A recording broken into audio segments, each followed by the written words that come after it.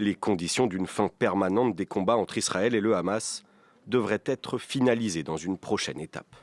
Et vous avez attendu ici, chose que l'on n'a jamais réussi à obtenir avec Biden, les conditions d'un cessez-le-feu, d'un arrêt des combats permanent. C'est ce que moi j'ai toujours appelé ici, c'est ce que j'ai toujours souhaité ici. Et c'est ce que Blinken n'a jamais proposé. Alors bonjour mesdames et messieurs, bienvenue sur notre chaîne. L'actualité oblige, nous sommes obligés de revenir sur cette nouvelle réjouissante pour les Palestiniens. L'accord de cessez-le-feu imposé aux Israéliens. Pourquoi je dis imposé? Parce que comme vous allez le voir dans cette vidéo, ils ont le seum, ils ont la rage et je ne suis pas tout à fait sûr que ça se concrétise aussi vite qu'on le pense. Parce que tout se laisse à penser qu'ils essayent de ralentir la chose. Bon, ça aurait été à l'époque de Biden, ils auraient fait foirer la chose depuis. Mais là, ils savent que s'ils font foirer la chose, ils ne seront pas sauvés après coup, comme c'était le cas avec Biden. Commentez, likez, partagez pour me soutenir et soutenir la chaîne. Sans plus tarder, nous passons à la vidéo. Pour commencer, on va voir comment Europe 1 présente cet accord. Écoutez bien la sémantique choisie par la personne qui présente cet accord. Accord validé en Israël, mais avec un petit délai. La libération des otages à Gaza ne devrait finalement débuter que lundi au lieu de dimanche, car il a fallu 2 jours de plus pour finaliser les derniers détails de l'accord de cessez-le-feu entre les terroristes du Hamas et l'État hébreu. Bonjour. Voilà. Non seulement on a gagné un peu de temps, on ne va pas commencer à relâcher les prisonniers. Et écoutez bien, la distinction de langage. Dans ce conflit, ceux qui ont été pris par le Hamas sont des otages. Mais tous ceux qui sont pris par Tsahal et par Israël sont des prisonniers, sont des détenus. La différence est notable. Et il faut noter comment on diabolise les uns pour exonérer les autres. Comme si tous les gens qui croupissent dans les geôles israéliennes, c'était justifié qu'ils finissent là-bas, quand on sait les choses qui se passent là-bas. Tandis que de l'autre côté, c'est forcément des otages. Eux, ce sont des innocents. Mais dans tout ce que détient Israël, non, il n'y a pas d'innocents. Il n'y a que des coupables ou des présumés coupables. Parce que moi, je pense que, vu la manière dont ils sont traités en Israël, c'est plus des présumés coupables que des présumés innocents. Frédéric Simon. Bonjour à tous. Correspondant d'Europe 1 à Tel Aviv. Et surtout, notez bien comment elle présente le Hamas, cette dame. Elle appuie bien sur le fait que ce sont des terroristes du Hamas. Elle appuie bien sur le fait que le Hamas sont des terroristes. Il aura donc fallu un peu plus de temps, mais c'est bien aujourd'hui que le cabinet de sécurité israélien devrait entériner cet accord. Oui, l'accord a été signé en effet dans la nuit par les représentants d'Israël, du Hamas, des États-Unis et du Qatar, une journée plus tard environ que ce qui était prévu initialement, en raison des derniers détails de l'accord qui faisait encore l'objet d'un litige entre Israël et le Hamas. Par conséquent, ce n'est que ce matin, dans un peu plus d'une heure, que le cabinet restreint en charge des questions de défense en Israël se réunira pour l'approuver. 2 scénarios sont envisagés pour la suite de la procédure qui implique l'approbation de l'accord par le gouvernement dans son ensemble. Et là, ça peut poser problème. Parce que nous savons bien que, au-delà de Netanyahou qui avait l'habitude de torpiller tous les accords de cessez-le-feu, ces co-ministres de l'extrême droite, eux, ont toujours été contre et ont toujours torpillé le cessez-le-feu. Comme vous le verrez dans la prochaine vidéo où on a un de ces ministres justement d'extrême droite qui refuse jusqu'à maintenant catégoriquement cet accord. Et donc, rien n'est garanti sur le fait que cet accord soit adopté à l'unanimité par le gouvernement israélien. Convocation des ministres demain dans la soirée, ce qui repousserait d'1 jour la mise en œuvre de l'accord, à moins que, sous la pression de l'opinion publique, le gouvernement soit convoqué dans l'urgence en lui-même, mais c'est peu probable. Alors l'accord a donc pris un peu de retard, Frédéric, ça accentue l'angoisse des familles d'otages. Oui, c'est une attente teintée d'anxiété qui règne en Israël. Voilà. Une chose que l'on a toujours cachée, c'est qu'il y a une bonne partie de la société israélienne qui a toujours réclamé ces accords. Et cette partie-là a toujours été mise de côté. On ne sait pas si ceux qui soutiennent ce qu'a fait le gouvernement de Netanyahou sont la majorité, ou si les gens qui réclament la libération et le cessez-le-feu sont une majorité. Jusqu'à maintenant, ça reste flou. 33 des 98 otages sont censés être libérés graduellement pendant ces 42 jours de trêve. On estime que seule la moitié environ de ces 33 captifs sont encore en vie et le Hamas s'est refusé de préciser l'identité des otages morts en détention. En outre, l'échelonnage des libérations en plusieurs étapes constitue une prise de risque, l'accord risquant à tout moment d'être remis en cause par d'éventuelles violations du cessez-le-feu. Par d'éventuelles violations du cessez-le-feu.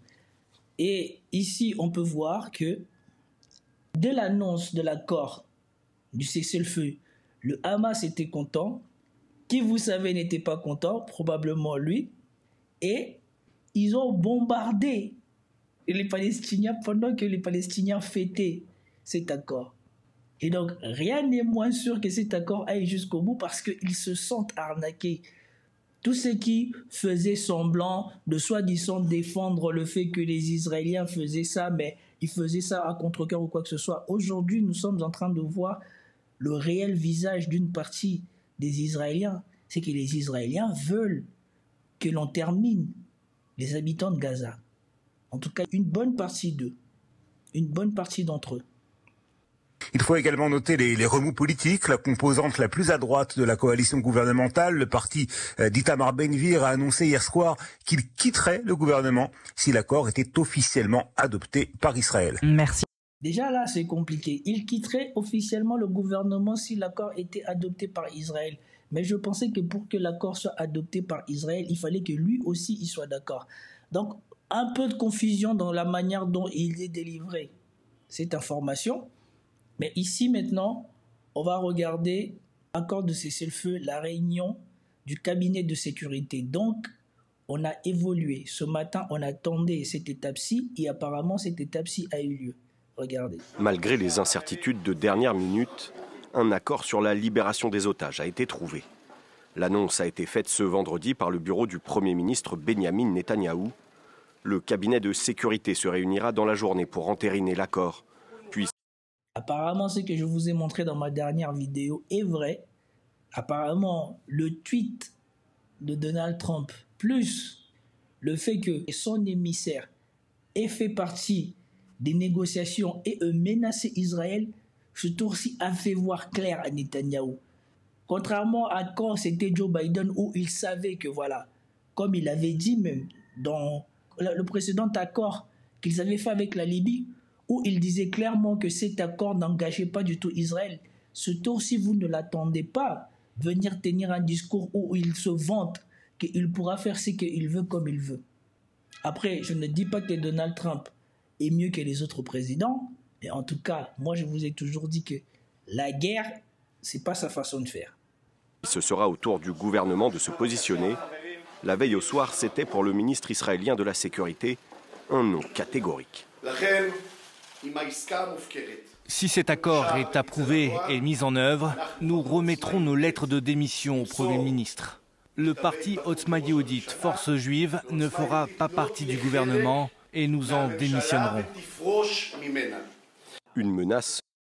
Aujourd'hui, ils ne valent pas lourd parce qu'il y a d'autres personnes qui peuvent participer au gouvernement. Et donc, Netanyahou, même s'il est acculé, n'est plus dans leurs mains. Puisque de toute manière, Netanyahou lui-même a perdu ce qui faisait sa force. C'était sa capacité à influencer les Américains dans le sens qu'il voulait. Mais maintenant que c'est perdu, ni eux ni Netanyahou sont en position de force. Et donc maintenant, ce n'est que de la parlotte. Et ça fait plaisir de voir que ces gens-là en sont réduits à des discours de posture maintenant. Parce qu'avant, souvenez-vous, quand c'était sous l'administration Biden, ils ne se donnaient même pas la peine de venir parler. Ils torpillaient juste la chose et ils continuaient leur massacre. Aussitôt tempéré par le ministre d'extrême droite qui assure ne pas vouloir faire chuter le gouvernement. Sous ma direction, notre parti ne renversera pas Netanyahou. Nous ne nous joindrons pas à la gauche. Nous lui Pourquoi ils ne feront pas ça? Parce qu'ils savent que s'ils font ça, probablement qu'ils ne feront pas partie du prochain gouvernement.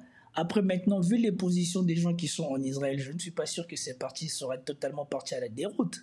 Mais ce n'est pas sûr non plus que eux ou Netanyahou reviendront au gouvernement si jamais ils font tomber le gouvernement. Donc, ça fait plaisir de voir que ces gens-là sont acculés et que maintenant, ils n'ont plus que des postures à tenir. Et concrètement, ils savent que s'ils veulent aller ou s'ils osent faire la même chose, ben, dès que Trump va prendre la présidence, ce qui va être dans quelques jours, on va fermer le robinet de l'argent et de l'armement.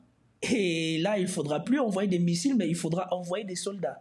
Et personne n'a envie d'avoir la responsabilité de dizaines et de dizaines de soldats qui vont aller mourir. Parce que dans la confrontation sur le terrain, on a toujours vu Tsahal perdre des soldats. La seule force de Tsahal, c'est de faire un tapis de bombes et de tout exploser. C'est la seule force qu'il a. Parce qu'on a beau vanter les mérites de son armée va se battre sur des champs de ruines. D'abord, ils détruisent tout, et après, ils viennent après. Permettront de rester Premier ministre, mais sans participer au gouvernement. Une fois définitivement approuvé, l'accord de trêve débutera dimanche. Il prévoit l'échange de 33 otages israéliens sur les 94 retenus dans la bande de Gaza, contre des centaines de prisonniers palestiniens. Jeudi, des manifestants opposés à l'accord s'étaient réunis dans les rues de Jérusalem à l'appel de l'organisation d'extrême droite Nashallah. Les familles des otages sont, elles, partagées entre espoir, soulagement, mais aussi crainte. Ces jours sont éprouvants. Nous sommes brisés. Et nous espérons que l'accord sera mis en œuvre très bientôt. On espère tout simplement que cette période sera bientôt terminée. Les conditions d'une fin permanente des combats entre Israël et le Hamas devraient être finalisées dans une prochaine étape. Et vous avez attendu ici, chose que l'on n'a jamais réussi à obtenir avec Biden, les conditions d'un cessez-le-feu, d'un arrêt des combats permanent. C'est ce que moi j'ai toujours appelé ici, c'est ce que j'ai toujours souhaité ici. Et c'est ce que Blinken n'a jamais proposé. Souvenez-vous, la plupart des accords que ces gens-là ont proposés au Hamas, c'était des accords temporaires comme le premier où Benjamin Netanyahou s'était précipité de reprendre la guerre dès que l'accord était fini. Et je ne sais même pas si l'accord était allé jusqu'au bout. Mais ici, on vous dit bien, les choses ont changé. C'est un accord d'arrêt des combats permanent. Et contrairement à l'accord qu'ils ont vendu aux Libyens, ils ont vendu au Liban, et moi je pense que la classe politique libanaise était bien contente de prendre cet accord, parce que l'accord qu'on a vendu aux Libanais, c'est si vous bougez, on reprend la guerre. Mais même cet accord-là, ou même cette menace-là, de voir Tsahal repartir à la guerre contre le Liban, je ne pense pas qu'il soit encore tenable, parce que tout ceci n'était possible que grâce aux bêtises de Joe Biden et au soutien inconditionnel qu'il avait accordé à Netanyahou. Chose que Netanyahou ne bénéficie plus désormais, car Trump lui a rappelé que lui n'ignore pas le rôle de Netanyahou dans tous ces conflits successifs dans lesquels l'Amérique s'est engluée. Commentez, likez, partagez pour me soutenir et soutenir la chaîne. Et mes amitiés à la population de Gaza. J'espère que ce tour-ci, si ce seul fait vous donnera le repos que vous avez tant cherché et tant mérité. Peace out.